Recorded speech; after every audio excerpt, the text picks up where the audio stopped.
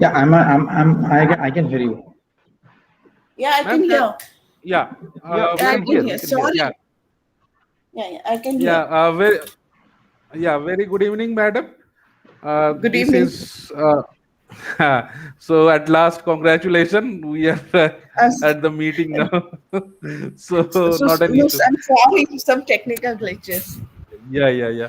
We also faced. It's not an issue. Now, this we have the founder and co-founder with us, Subhabrata Roy and Devabrata Roy, Good evening, and madam. Hi, good uh, evening. Hi, good uh, evening, Mrs. Jain. How are you? Good. Go ahead. Madam, what as you want, if you want to go through the presentation once, we can go through that, or otherwise, if you have the question study, you want to go through the questions first, whatever you say.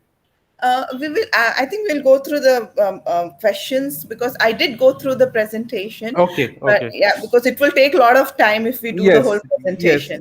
And you yes. had sent me, you had shared with me the link, so I Yes. did have a look at it. So I Okay. have few questions. Yeah, First is, definitely. Go ahead. how much funding are you looking for? Like, is it in the first phase, second phase, third phase? How much funding are you looking for? So, madam, to answer this more precisely, this we have a larger 5 years pipeline in mind. Okay. So, Okay. is it creating any disturbance in the voice? Is there any No, echo? I'm fine. I'm No, fine. no. Perfect, perfect. Okay.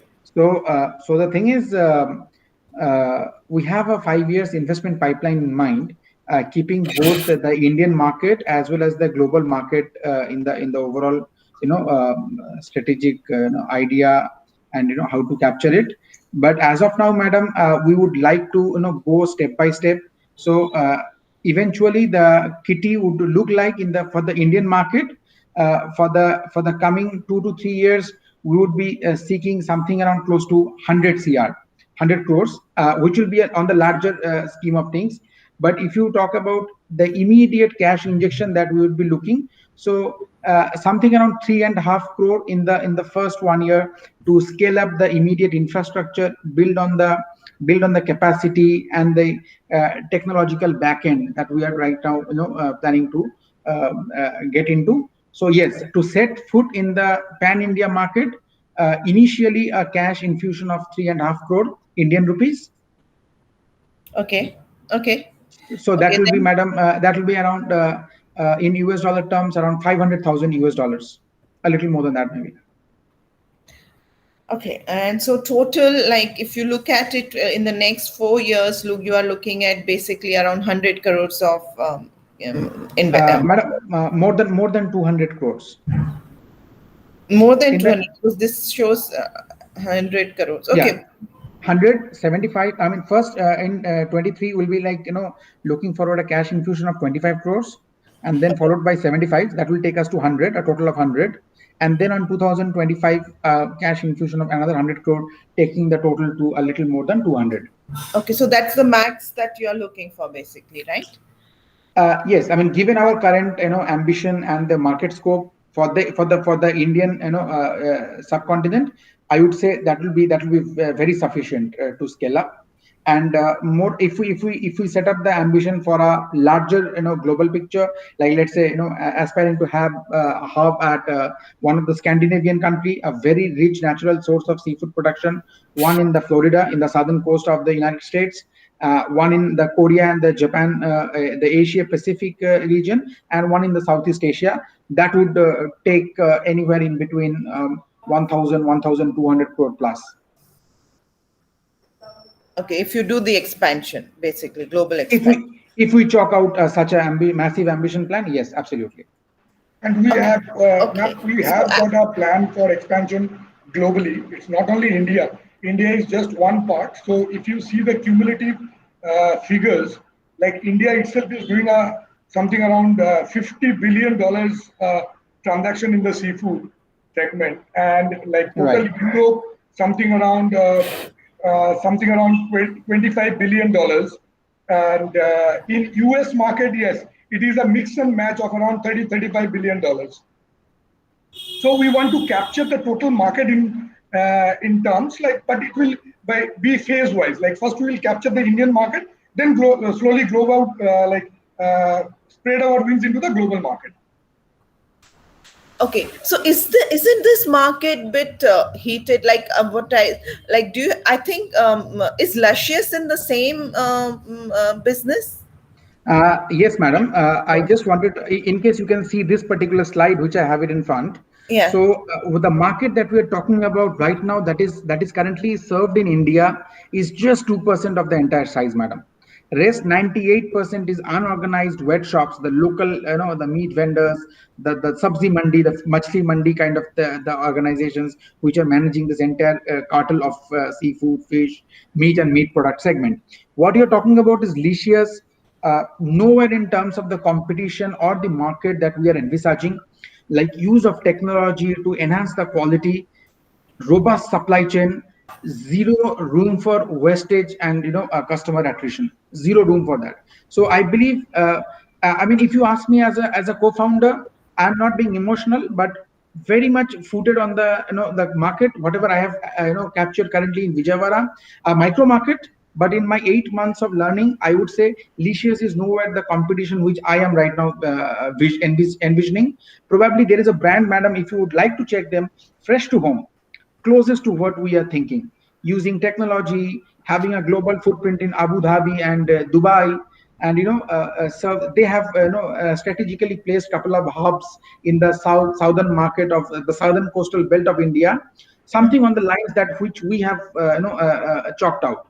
Obviously, they entered the market a little early, so they kind of got a this thing advantage. But however, the good part is that they have kept themselves limited to the southern coastal belt of the country. Again, a couple of micro markets. So basically, if I take you across this slide, I have mapped. So basically, the lower two hubs that you can see, the Tamil Nadu and Kerala is the predominant area where Fresh to Home operates. So this is the larger Indian micro market that we want to capture. And madam, this is what the 98% unorganized aspirational consumers are residing. I mean, we did a test case in Vijayawada. It's a tier 2 city, but with high density of capital concentration, wealth concentration. People spend money on aspirational products, and with the per capita increasing consumption of animal protein, this is giving us a very I will say solid future in terms of the market that we can capture. I'm just projecting once more the profitability. I'm sure you must have gone through this slide. Yeah. So, madam, I will just presently tell you about the month of May, the last month. You can see apparently there is a dip in the number of my turnover, but this particular number I have achieved in spite of a full lockdown, where I was allowed by the government to only operate my shop from 6 a.m. in the morning to 11 a.m. in the morning, only 5 hours a day. By 12, I had to literally close down my shop, consolidate my accounts, and leave. Like And my I last did. order, sorry to interrupt. My last order should eventually go out approximately by 10:25. So after that, I would not be able to take a single order because the delivery was a constraint. Exactly. So because there were not too many, delivery options available, people were not flying on the roads. So I had to literally manage my, delivery end as well efficiently, because we have a service commitment of 90 minutes. So once the order hits my receiving end, so within 90 minutes of that time, I have to deliver the product. And I am serving an area which is a 7-kilometer radius from where my shop is located. Although the city has got excellent connectivity, but because of this the pandemic, I was a bit constrained in terms of having resources for human resources for delivery. So this number which you can see, which is close to 1 lakh, I did with all these constraints, indicating that there is a tremendous market potential lying alone in a tier 2 city. So you can imagine the kind of potential that lies in hyper metros like Gurgaon, the south and eastern pockets of Delhi, the southern and the South Bombay, Navi Mumbai, the entire area of Andheri and Kandivali, that belt, the Borivali, Goregaon, the emerging aspirational class. So I'm being economically agnostic when I'm talking about my customers. I'm not a big fan of segregating it based on the purchasing ability. I would but I have tremendous respect for this aspirational class, so which is my target consumer across the country and as well as globally. And just to add on to this, what my brother and co-founder has said, Shubho, can you just check the slides to the number of orders? Yes. So, ma'am, if you just see our growth as per the number of orders, and these are all organic orders. In last 8 months, you won't even believe we have only spent 4,000 rupees on the marketing, not a single penny more. So, and our average order value is 2,323 rupees. And if you see our number of orders, like in spite of being a full lockdown and when the timings were a constraint, still we managed to do like in comparison to April, we managed to do almost like double the orders. Like this is the order figures which Licious or any other brand would be like very happy to see. This triple digit figure in closest to 200. So this is being a single store and in a very small city, we managed to achieve this one. So again, like what my co-founder has said is absolutely right. When we are going ahead to a metro and hyper cities, this order will be reaching nothing less than 320 to 400 orders a month, starting off with, and gradually it will like out of which, if you see, almost my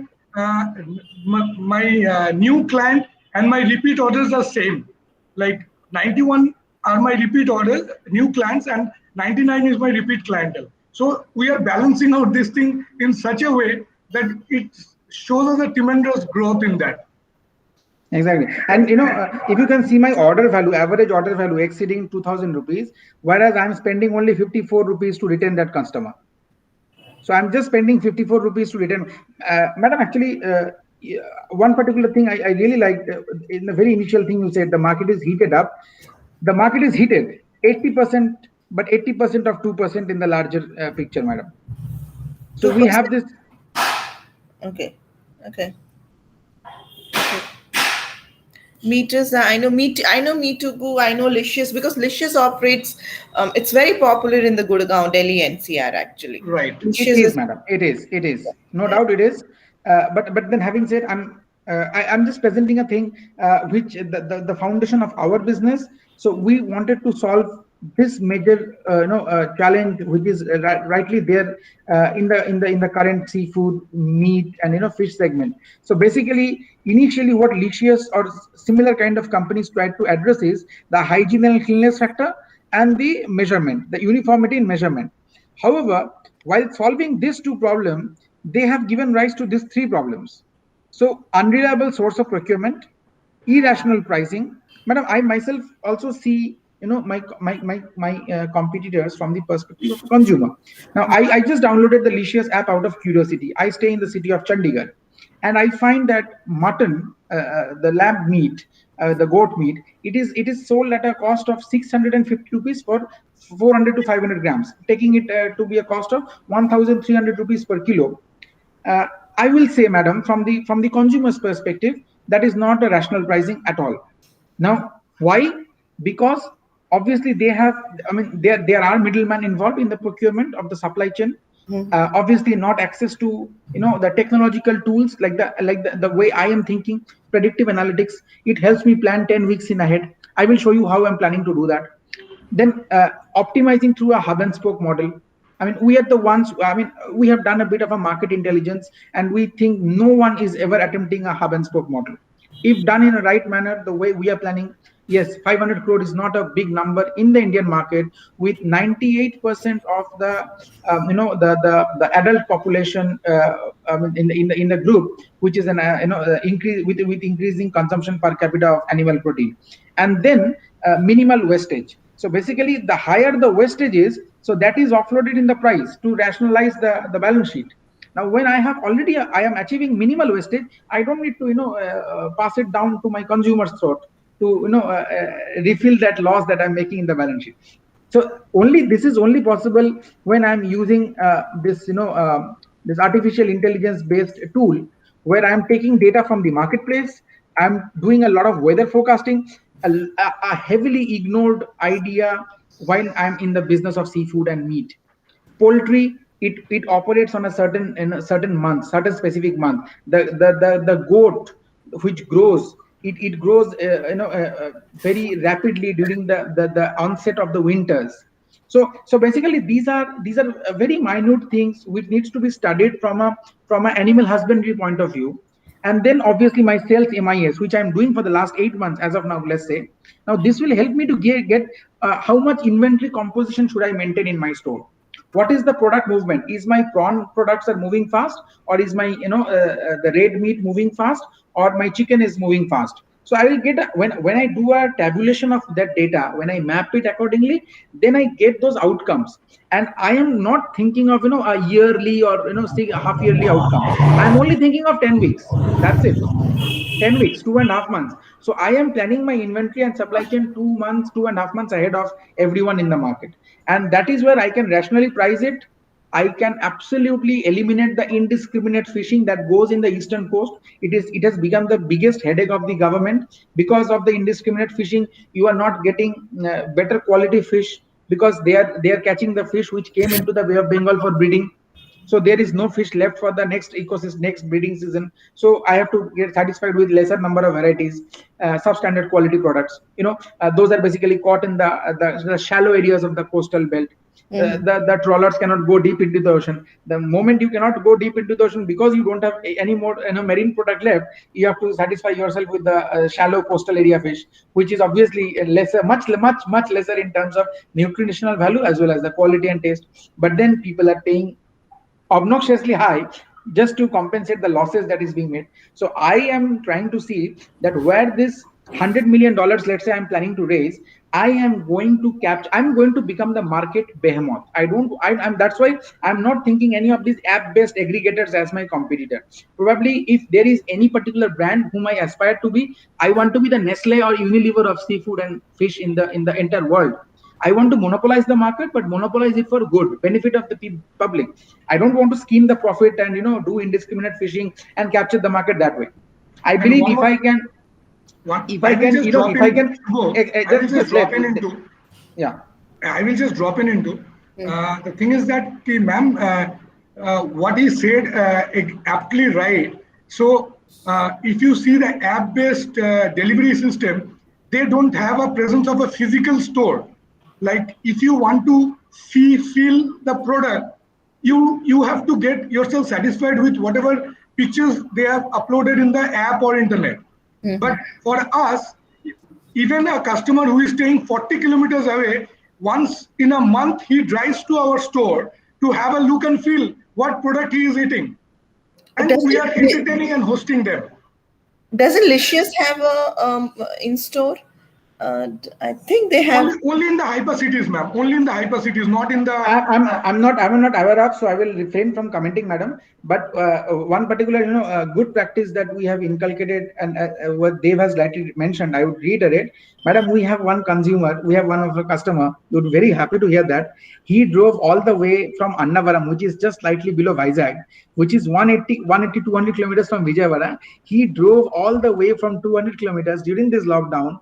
And came to our store just to feel the fish that he is purchasing. He said that I saw in the Facebook that people are giving rave reviews about it, so I wanted to experience that whether it is for real or not. And he was very happy, and he came with an idea of purchasing 2 kilo of some item, and then he eventually bought 10 kilo of total mix, and they went back happily. So basically my idea is the reason I can assure my consumers that I can offer this because I know my back end is super clear. My logistics, my supply chain, my sourcing, my business is standing on this 3 pillar. So I can, yeah. So I do have a question. So based on your requirements of around 200 crores, like if suppose my investors ask you how much skin in the game are you ready to put in?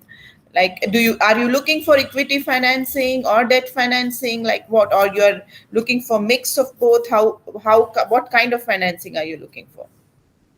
Madam, see, currently the way the market has evolved, I would see debt. I don't know. I mean, we have not explored the gamut of debt financing. We will be very happy to, as of now, evaluate the equity propositions in the most seriousness. However, we are open to understand the landscape of debt financing, how my debt partner is coming into the picture. Well, if you talk about putting skin in the game, madam, we being a first generation entrepreneur, we have already attempted a very ambitious step in the Vijayawada micro market itself. All right. See, eventually we have almost like put in around 20-25 lakhs from our own personal savings, which we accumulated. We're just in our early 30s. Obviously, and we saved that, and we eventually, when we started saving, we never thought that we'll be putting everything in this business. But as of now, if you talk about putting skin in the game, which we already have done to establish the equation that I'm presenting in front of you, that madam, I have done a pilot project, I have got these observations from the market, and it indicates towards a massive 98% unaddressed market which can be captured in this particular formula.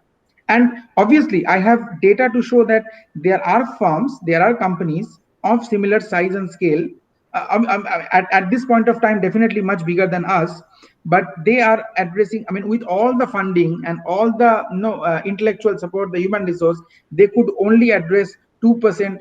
The Licious game started back in 2017, right? So it's already 4 years. And in 4 years, all they could do is 2% of the market. Disastrous.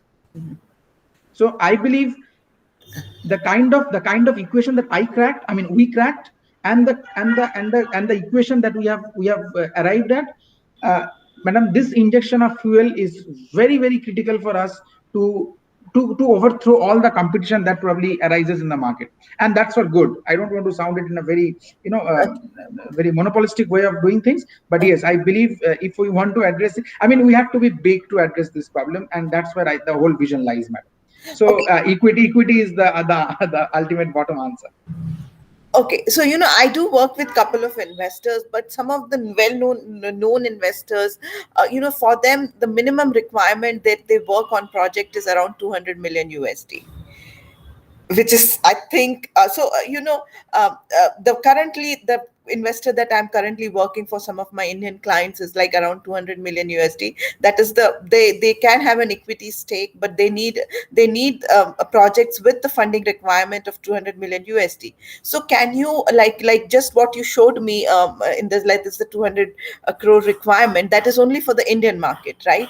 So if in case you are going to expand it, like even go to like Middle East or the Far East, I'm only talking about Middle East, Far East, so maybe Europe or any other countries, if there is a possibility, can you break down your funding requirements, and can it be around 200 million USD? Yes, ma'am. Given the timeline and the thing is, madam, that Dev, I would like to just pause you for a second. Pardon me for that, madam. If let's say 200 million is the risk appetite of the investor, if you may kindly help me with the heads up that what is the time frame the investor looks into for you can do it in 4-5 years. You do not necessarily it has to be 1 year, 2 years. It can be 6-7 years also. It can be in phases. Phases. And what, these investors, they only want to invest in really good companies which are using the latest technologies, which can be a game changer, a game changer. Like you have some like in Uber, so it changed the way people take taxis, right? Absolutely. Similarly, gaming company, something which is out of the box, something which is out of the box.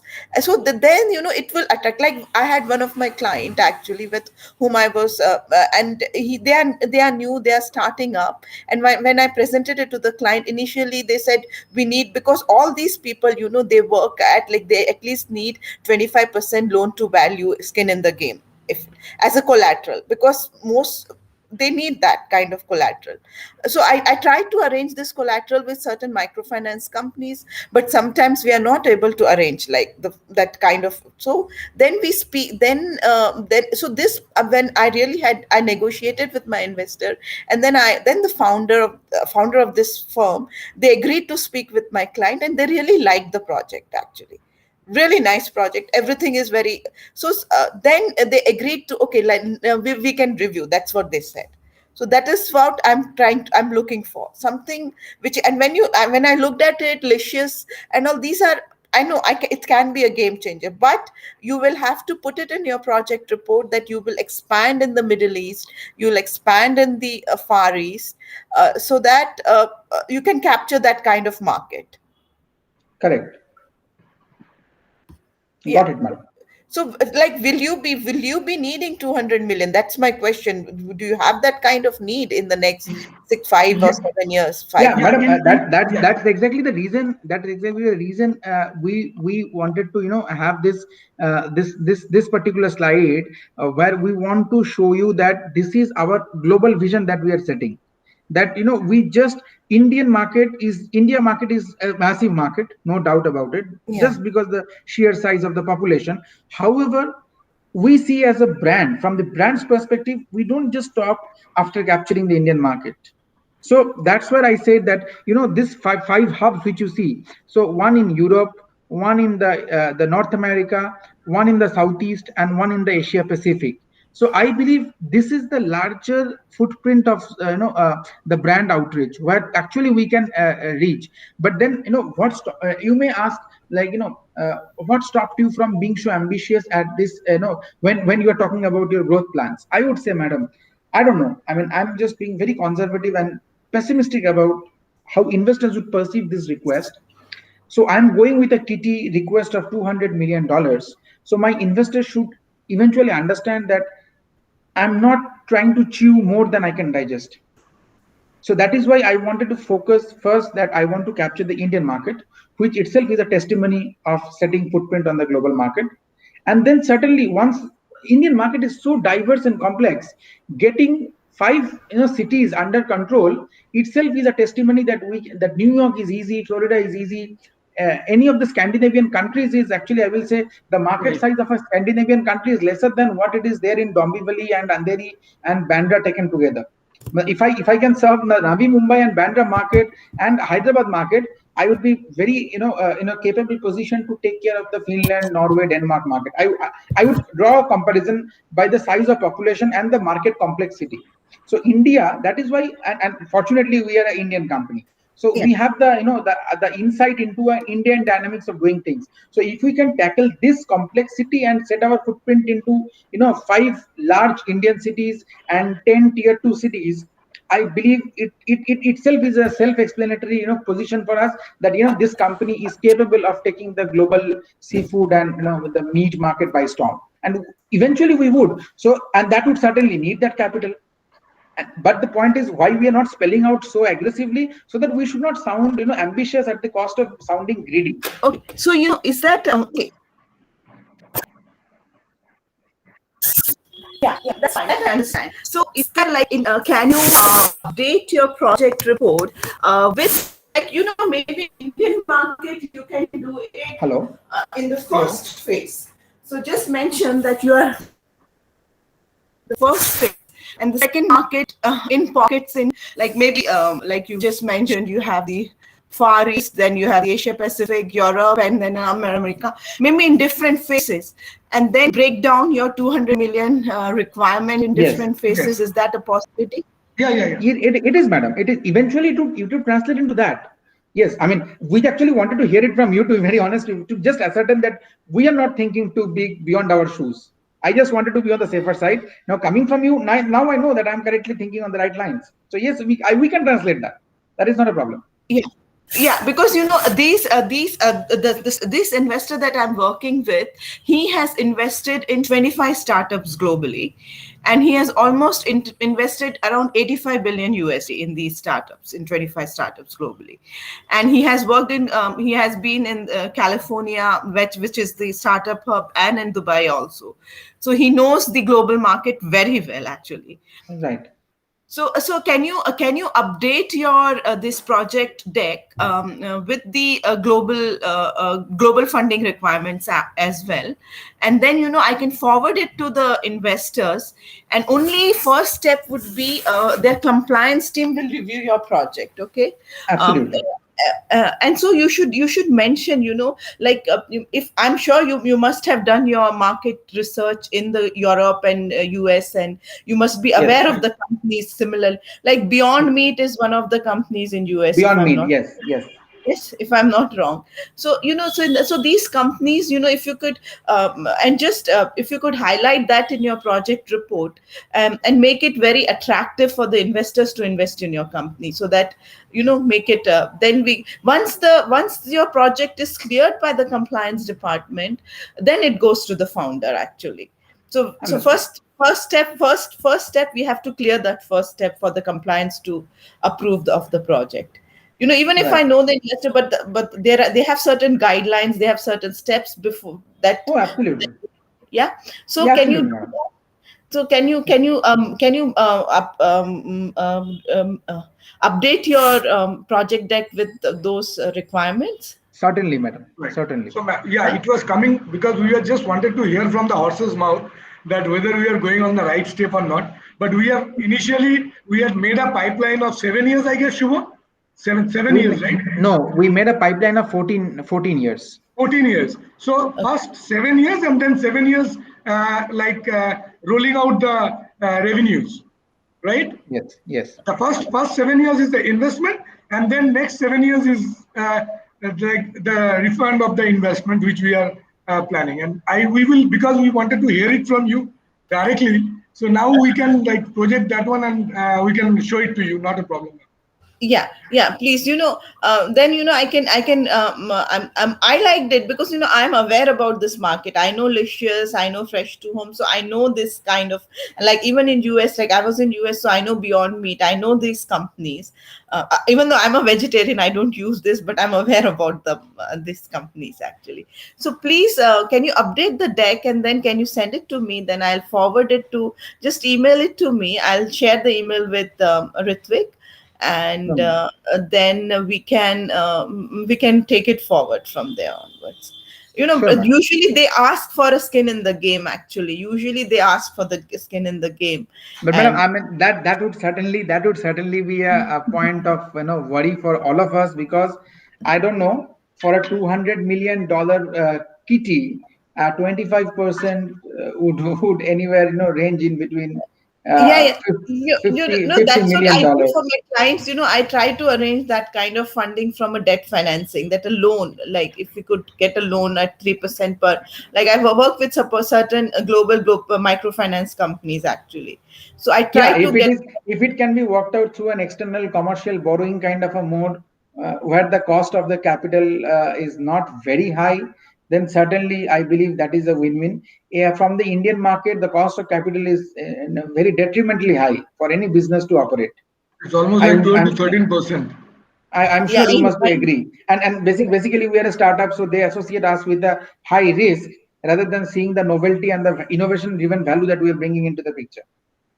Yeah, I know. So let's if suppose compliance approves of your project, and I can also share this with, suppose if you get a loan of around 3% per annum, are you okay with that loan in USD at 3% per annum? Are you okay with that? Debt Yes, I mean, financing. if a debt finance, but then debt financing, I would also then my question is, concern is, madam, then what will be the collateral that we have to propose? I Yeah. mean, So do you have any collateral? Like, I just need to understand, like, any to the collateral tune that. to the tune of $200 million. No, like around, for, like, if it is $200 million, if you have the 25% skin in the game, so around for 25 That's million, $50 million. for, That's true. yeah, around for 25 million, 25 or 50 million. Do you have any collateral? Like, how much is the max collateral you can give? Madam, I mean, we have never ventured anything outside India, so I doubt it will even touch $1 million. Forget about in double digits. Okay, yeah, no problem, no problem. I can understand that. So let me just update your. Actually, send me both the decks. One with the requirements for the 200 million, and one of your this the 100. I think this I have it, which Ritik shared with me. Right. So Right. with my European investor, I'll share with the plan that you updated the deck for the Hmm. 200 million. And if the compliance team is okay with your project, then let's see how it goes about. Like then we can speak with the founder, and if they are ready to waive off. Sometimes they do. Sometimes they waive off the LTV, but not always. Not always. Absolutely. Okay, so let's see how it goes about. So first step, we have to clear the compliance. Okay. Certainly. Right. So, Okay. madam, apart from the financial projections, I mean, the worldwide, what are the other things that the compliance team would look for? Basically they basically would look for like how you can beat the competitors in the global market. Like if it is a Beyond Meat, what is the extra that you are offering that would attract customers, actually, how you are going to be different from the existing players in the market. Like Indian market, I know very well. I know Licious is there, and in Gurgaon, Licious has good what do you say, rating, actually. People are liking it. So how you can. I can really tell you, like, I mean, it is just a matter of time for us to enter the market. Okay, yeah, no, so I'm encouraging, It if was, you. it was just the initial capital constraint that, since, I mean, I have no shame in saying that it was a bootstrap company. I mean, we collected our savings, and from our salaries, we have tried to jot down the operational expenditures. Had we had that kind of leverage of, capital to enter into a hyper city like Gurgaon or Bangalore, Okay. 8 months, this, I mean, we could have done a lot more in 8 months. Ma'am, And this, ma'am, I come from a hardcore operations background, right? I work with the hotels like almost like 17 years. Honestly, ma'am, I can give you a clear picture. In the month of September, sure, it was flashed in the internet that Licious was coming to Vijayawada. So it was all flashed that Licious is setting their footprints in Vijayawada. October first week was their launching date. So they delayed that project, and it was almost like 3.5 months later. Fortunately or unfortunately, the Licious North India head met Shubho, and he was smiling at him, saying that, boss, you have delayed our project in Vijayawada. So he knew us. So that was the thing. Like Licious stepped down like 3 months before because of our like the pricing, offerings, and the variety. Like wherever, like we are giving direct to customer from the source at a price half of Licious, which is fresh. Okay. and madam, actually, the point is, I'm honestly telling you, if I don't want to, get into this head-on collision, Licious, this, that. I'm not a fan. I'm not aspiring to be, a fancy in terms of packaging and this and that. You are, as a consumer, you are buying a piece of meat and a piece of fish, a fillet of fish. You would tear off the package, throw it in the dustbin, only judge the company based on the quality of the product, nothing else. I can give you a gold-plated, lamb leg. If the quality of the meat is absolutely disastrous, I'm sorry. First of all, you're vegetarian. I really apologize for that. I mean to say, any consumer, I can give a gold-plated packaging of a lamb, a leg, a lamb steak, or whatever it is. If the quality is not there, the entire gold packaging is going to the dustbin, and then there has to be going to be a 5-line Facebook review saying that this is disastrous. All focus on packaging, marketing, branding. Eventually, the end product, which is supposed to be the USP of the brand, is nowhere. So we have given the entire effort, the money, whatever we bootstrap from our savings and stuff. Everything has gone into building that supply chain quality, because we understood, if we don't play around strengthening this particular pillar, which is supply chain and quality, I am only surviving in this business for 5 months, and then just like, vanishing off like thousands of the startups that's going off the map every month. So our entire focus was, forget everything. No exorbitant spending on Instagram, no exorbitant spending on Facebook, no YouTube advertisements, no fancy packaging. We will get enough amount of time to do all these things, but first we need to understand the basics: the quality of seafood, the quality of meat, the quality of fish, the quality of red meat. Whatever we are sourcing should be top notch. If a customer is paying 750 rupees or 1 kilogram of red meat, that customer should next time come and spend 1500 rupees and buy 2 kilos. Okay. Okay. That is the fundamental of the business that we are standing on, madam. Okay, no. So, do you have somebody, a finance person in your team? Like, can they do a cash flow projection of your? Madam, I'm the one who is doing this, madam. Okay, so can you include a cash flow statement or and the Oh yes, absolutely. We yeah? actually So did made one. We have made one, but with the 200, with the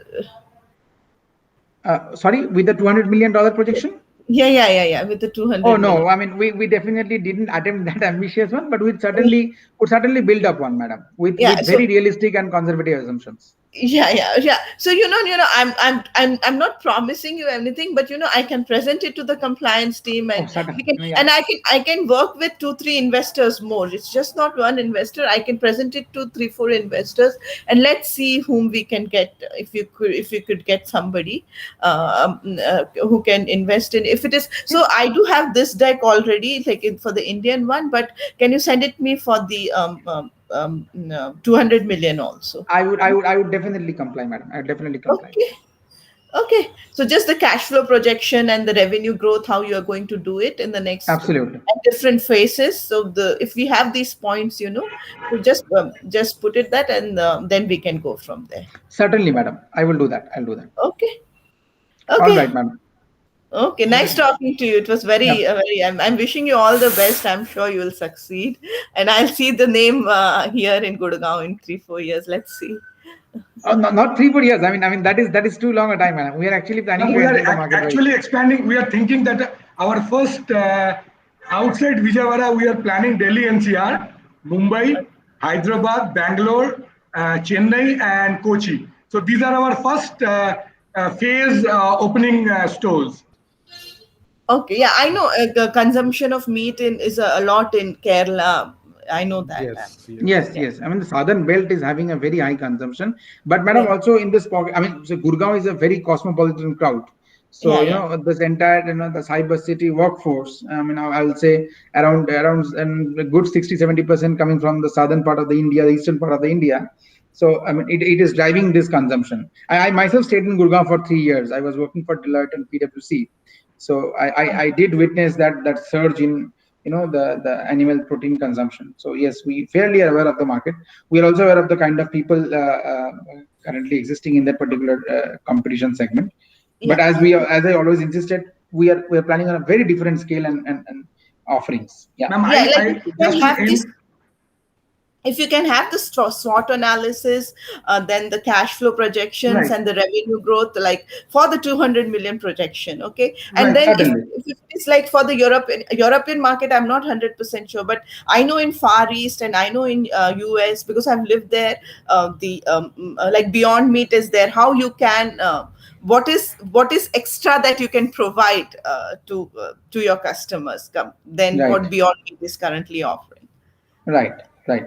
Ma'am, just to give you a last insight of our company, like when we started it off in the month of October 2020, believe me, we started off with one single product.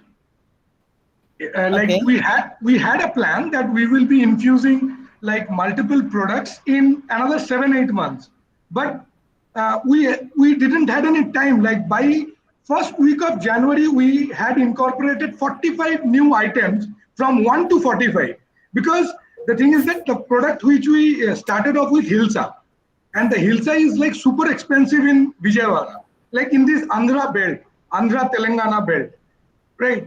The cost of Hilsa in the monsoon season sometimes goes up till 5, 7, 10,000 rupees a kg, right? So I started off with like 1,500 rupees a kg, and my Hilsa goes up till 3,000 rupees a kg, which is the highest size of 1.5 kg, right? So you won't even believe, ma'am, it happened on the second day. I got a call from US. It was on the second day of operation. That was, we opened the store on 5th of October. It was 6th, I received a call from US, a gentleman who is staying in California. So he called me up. He said that his parents had never had Hilsa. They had Hilsa in 1978. Can you even imagine? Like 1978 was the last time they had Hilsa. In last 30, 35 years, they couldn't afford to buy it because the prices are so high. Now, when I gave them this affordable pricing and the quality, believe me, he took 25 kgs in last 1 month. Like in complete month, he said that now I can afford, and with your price point and your quality, which I have seen it, the pictures, now I can afford Hilsa for my parents to have it for next 1 month. Okay, that's nice. That's yeah. So this was our part of a growth story. Like again now, like listening to all these stories, we have put it. Like if you see, Shubha, just one moment, if you can take the slide down to our feedback page. Yeah. So if you can see, like these are the genuine feedbacks which came in, and these are all the organic feedbacks which we have done, starting from the OSD advisor to the CM till all the regular customer. Like he ordered for the CM of Andhra Pradesh. So we have got the range of customers from ultra high to lower middle class. But our quality is same. Like whenever you come down to my store, ultra high net worth will get that same quality as well as a regular customer who is like ordering sitting at their home. Yeah, this is very nice to read all these reviews. Very nice. So can you include all these in the presentation for the global Yeah, also? certainly, And I certainly. assure you, I want to be associated with your company, so that it will help my company also. Like if I could do the funding for your company, it would be. Certainly, And certainly. And it if will your be Madam, see, our I mean, company, pleasure. madam, we if, understand that, I mean, I don't know how bright or, how ambitious or how audacious this will sound. I always felt that, we have only two objectives as a startup. So yeah, we ourselves have to transform ourselves as, credible founders and human beings, and have yeah, a credible company. So basically, what I heard from the larger investment ecosystem, I reading a lot of blogs, and I watch plenty of videos, the Shark Tanks and the Dragon's Den. I always felt that, investors look for the right set of people to invest their money on. Probably they yeah, get a lot of confidence and that yeah, right company. So our yeah, emphasis was to be that right set of people, and that, that right company. Maybe we are small, we are tiny in the current larger canvas of, the market, but I can assure you one thing: you will not regret. So you will not regret introducing us to the ecosystem that you were, exposed to. At least that's what the attempt has always been from our side. okay, yeah, yeah. Actually, if your company becomes a brand name, it will help my company also. Like I was one of the funders, so that would be so. And I'm that is when I represent a company. My basic objective is like I look for certain honesty, integrity. So these certain human traits, and I want that kind of a long term relationship, so that investors, when if they are investing so much money into you, they are coming to you because of my trust, actually. Oh So yes, absolutely, yeah, absolutely. so that is one of the most important things I look for in whenever I speak with my clients, actually. Very fair, as in as a perspective now. Very fair. Yeah, And I mean, we as a founder, we also, I mean, we were very apprehensive when we started this market, because we heard the news that Licious is raising $50 million, $60 million. Some companies doing some $30 million. Some Singapore angel investors are coming. Some US angel investors are coming. So we were of the opinion that, uh, uh, will you disappear, in this cloud of, larger big boys playing in this field, and we are like tiny small, people entering into the market. I was having certain comprehensions in my No, mind. I told him, just keep your head straight. You take care of the finances, and I will take care of the operations. Because believe me, ma'am, honestly, Mr. Ramit Sengupta, he is one of my regular client, right? He takes, like moment he like wants to order anything, he just picks up the call and tell me, Dev, I need this one. So because the thing is that like he has like generated trust on me, he never checks on whatever is available or whatever is the size or whatever is the price. You send me this, that's it. And he knows by the core of the heart that the product which I am going to send is as the par quality. I am not going any substance. If it's not there, I will flatly say on the face, I am not serving this one. But the thing is that the moment I try to make that greed, we never call it a profit percentage. Our both the brothers, we have got a term called greed percentage. Our greed percentage is small. Madam, we use this term. We don't use the word margin. We use the word called greed margin. So how much as a founder that I should have the greed margin on the product. So that limits my, that basically, because today I am a co-founder. 2 days back, I was a customer also. So I wanted to understand from the customer's psychology that, I should restrict my greed margin so that basically what Alexander said, to Puru, how you would like to be treated. Then Puru said that I would like to be treated the way a king treats a king. So I am a co-founder. Irrespective of that, I'm treating a consumer as a way I want some business to treat me as a consumer. So basically, that's the larger philosophy. So I believe, yes, our fundamentals that way is pretty much on a customer orientation. Okay. Yeah. Okay. So let's just send me the updated deck Sure. in different phases how you're going to do the cash flow and the revenue projections, and then we can go from there. Sure, madam. Okay. Sure. Thank you so much, madam. Thank you so very much. Thank you so much for your time. Yeah, I appreciate it. Thank you so much. Yes.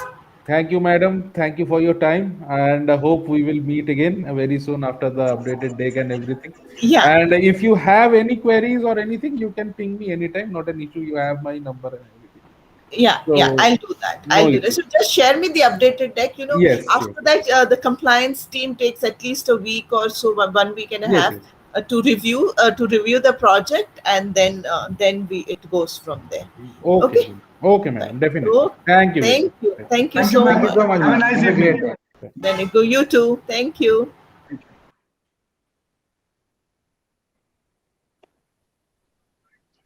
हाँ अरे बाकी भाई ताले तू में ना चकले